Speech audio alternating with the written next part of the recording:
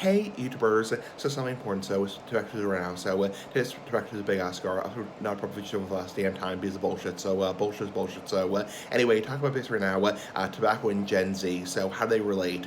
So you have tobacco, cigars, pipes, cigarettes, chewing tobacco, smokeless tobacco, then you also have e-cigarettes and vaping, and nicotine in general, then you have Gen Z, which is the new generation of kids, so you have kids between the ages of like 15 and 22, and how do they relate? And the answer is how they relate is kind of interesting. So unlike millennials or baby boomers or different generations, Gen Z tends to be, in general, I'm speaking in general, very, very anti-tobacco. So they are, in general, a very anti-tobacco generation.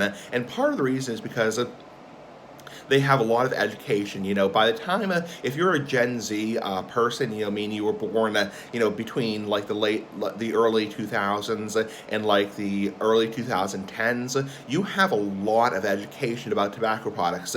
You know it's bad for you. It causes it causes lung cancer, emphysema, heart disease, vascular disease. It causes all kinds of, horrible, health problems, and that's part of the reason a lot of Gen Z people are very anti-tobacco, and not a whole lot of Gen Z people, Gen Z kids, or not really kids, because now they're in their 20s, those people who are Gen Z, and the new generation is Gen Y.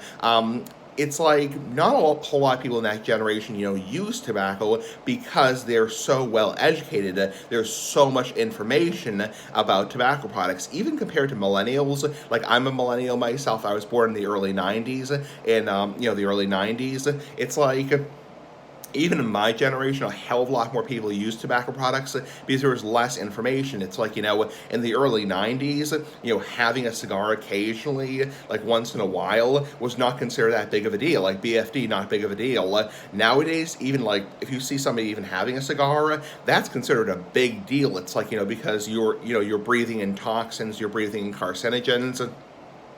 It's like in my generation, oh yeah, you'd see people all the time, like on the news, having a cigar, smoking a cigar, and that was completely, people didn't even blink an eye at that in the early to mid 90s. Nowadays, people say, cancer, smoke, secondhand smoke, heart disease, so tar, carbon monoxide. It's like, it's a totally different generation. So most people in Gen Z, there are a few people who start smoking in Gen Z. I'm not saying nobody smokes in Gen Z.